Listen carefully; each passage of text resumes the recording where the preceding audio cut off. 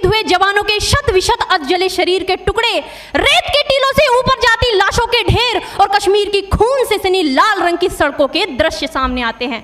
उस पर मेरे प्रतिपक्षी महोदय का कहना ये कि मानवाधिकारों की अनुपालना करते हुए देश से उग्रवाद और आतंकवाद को समाप्त किया जा सकता है। महोदय, अब तो हमारा तिरंगा झंडा भी हमसे ये पूछने लगा है कि क्या बात है भारत, आजकल फहराने से ज्यादा मैं कफन में दफनाने के क्यों काम आ रहा हूं। महोदय, हृदय तो उस दिन फट गया जब बूढ़ी माँ अपने बेटे के चिथड़ों को देखकर बोली कि साहब, आप तो भर्ती में 1 इंच भी कम नहीं लेते, मैं आधा शरीर कैसे ले लूं। महोदय, आज इन मानवाधिकारों के कारण इन आतंकियों के बंगलों की आकाओं की नाकफनी हंसती है और शहीद हुए हमारे जवानों के आंगन की तुलसी रोती है। जब एक शहीद हुए जवान की विधवा की वेदना चीख चीख कर ये कहती है कि प्यार भी भरपूर गया, मांग का सिंदूर गया, नन्हे नौनिहालों की लंगोटियां चली गई, छोटी छोटी बेटियों की चोटियां चली गई और आपके लिए तो एक आदमी मरा है साहब, मेरे घर की तो रोटियां ही चली गई।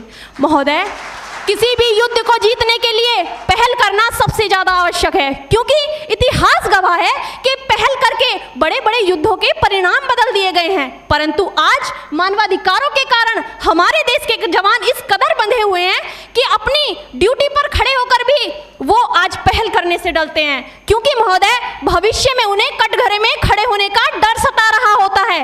वो ये जानते हैं कि चाहे एक उग्रवादी की राइफल से निकलने वाली गोली को ये तय करना पड़े या ना पड़े कि वो किसे लगेगी, लेकिन हमारी राइफल से निकलने वाली हर गोली को ये निर्णय लेना पड़ता है कि चाहे वो किसी निर्दोष को लगे, दोषी को लगे या ना लगे, परंतु किसी निर्दोष को नहीं लगनी चाहिए। यदि ऐसा हुआ तो ना तो ये समाज हमें छोड़ेगा, ना ही तिल का ताड़ बनाने वाली ये मीडिया हमें छोड़ेगी। और महोदय, मानवाधिकार के तले किसी जवान को दबाकर युद्ध के मैदान में छोड़ देना कोई वीरता नहीं, एक आत्महत्या है। क्योंकि महोदय, फूल को श्रृंगार दो ये मुमकिन नहीं और एक वीर को झनकार दो ये मुमकिन नहीं। जो हाथ बांध दे सेना के, ऐसे मानवाधिकार का पालन संभव नहीं। महोदय, आज सत्यनिष्ठा के मार्ग पर चलते हुए भी हमारे देश का जवान इन आतंकवादियों, इन पत्थरबाजों से डरता है, क्योंकि वो जानता है कि उसकी राइफल से निकलने वाली गोली अगर टारगेट को हिट नहीं भी करेगी तो भी 400 मीटर तक जाएगी, और यदि इस बीच वो किसी निर्दोष को लग गई तो महोदय हमें अपनी नौकरी से हाथ तक धोना पड़ सकता है।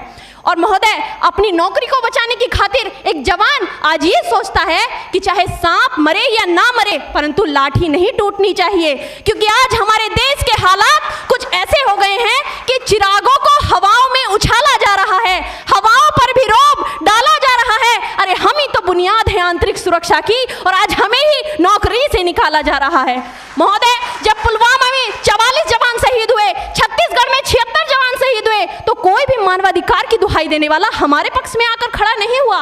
परंतु जब जेएनयू विश्वविद्यालय में एक देशद्रोही के द्वारा भारत तेरे टुकड़े होंगे, अफजल हम शर्मिंदा हैं जैसे देशद्रोही नारे लगते हैं, तो सारे मानवाधिकार के ज्ञाता आकर उसके पक्ष में खड़े हो जाते हैं। तभी तो क्या कहा था उस देशद्रोही ने कि तुम एक अफजल को मारोगे, हर घर से अफजल निकलेगा। तो मैं भारत की बेटी अपनी भारतीय सेना की तरफ से आज ये ऐलान करती हूँ कि उस घर में घुसकर मारेंगे जिस घर से अफजल निकलेगा, वो कोख नहीं पलने देंगे जिस कोख से अफजल निकलेगा।